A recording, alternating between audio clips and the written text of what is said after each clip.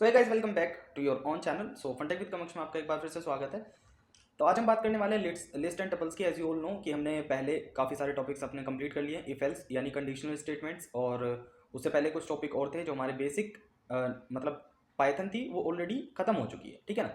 तो इससे पहले हमने कुछ बेसिक थिंग्स पढ़ी थी पाइथन में, जो कि ये हैं लाइक कॉन्केटिनेशन, टाइप कास्टिंग और बहुत सारी चीज़ें हैं, ठीक है ना। तो वो हम ऑलरेडी कंप्लीट कर चुके हैं। इफ एल्स यानी कंडीशनल स्टेटमेंट तक हम कंप्लीट कर चुके हैं, ऑपरेटर्स हम पढ़ चुके हैं, ठीक है। और उसके बाद हमारा आता है अब कोर पाइथन, हमारी लिस्ट एंड टपल से स्टार्ट हो जाती है, ठीक है ना। सो देखो, कोर पाइथन में क्या होता है, लिस्ट एंड टपल्स यानी कुछ बेसिक ऑपरेशन होंगे लिस्ट एंड टपल्स के। स्ट्रिंग्स हमने ऑलरेडी कंप्लीट कर लिया है, स्ट्रिंग्स एंड कंडीशनल स्टेटमेंट हम पहले ही पढ़ चुके हैं। Both topic strings and conditional statement ये दोनों हमने कंप्लीट कर लिया है कल।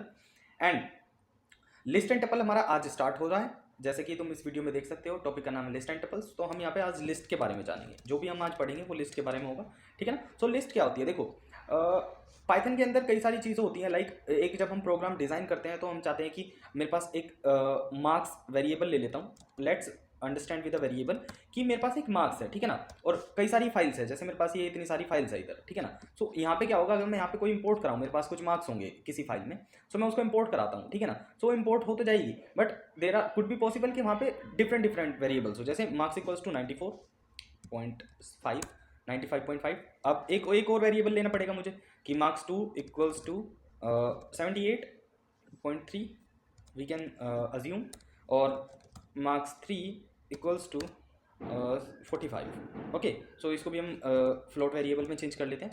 सो अगर मेरे को अब इनको एक्सेस करना है, सो मुझे क्या करना पड़ेगा, मेरे को ना इंडिविजुअली इन सबको एक्सेस करना पड़ेगा। क्योंकि जैसे ही मैं मार्क्स 1 लिखूंगा, जस्ट सॉरी मार्क्स हो गया, तो जैसे ही मैं मार्क 1 लिखूंगा, मार्क्स कर लेते हैं इनको,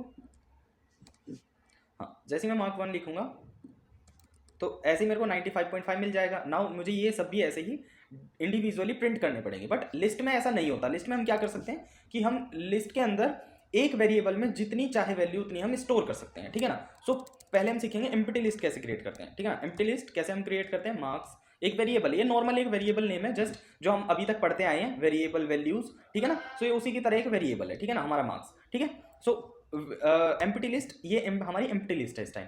कैसे, मार्क्स इक्वल्स टू, लिस्ट को रिप्रेजेंट करने के लिए हम स्क्वायर ब्रैकेट ओपन करते हैं, ठीक है ना। So it is our empty list. So अगर मैं इसका टाइप भी तुम्हें दिखाऊं, टाइप ऑफ मार्क्स, सो वो लिस्ट है, ठीक है ना, लिस्ट है। अभी तक कोई डेटा नहीं है इसके अंदर, बट अगर मेरे को कुछ डेटा इसमें स्टोर करवाना है तो मैं करवा सकता हूँ, जैसे 94.5 कोमा, इस तरीके से कोमा सेपरेटेड हम डेटा इसमें करा सकते हैं, ठीक है ना। और जितना मर्जी वो हमारा डेटा हो सकता है, कुछ भी हो सकता है, ठीक है ना। अब देखो मैं कुछ भी लिख लेता हूँ, ठीक है। सो ये मेरा डेटा इसमें स्टोर हो जाएगा। जैसे ही मैं प्रिंट अपना कमांड दूंगा, प्रिंट मार्क्स,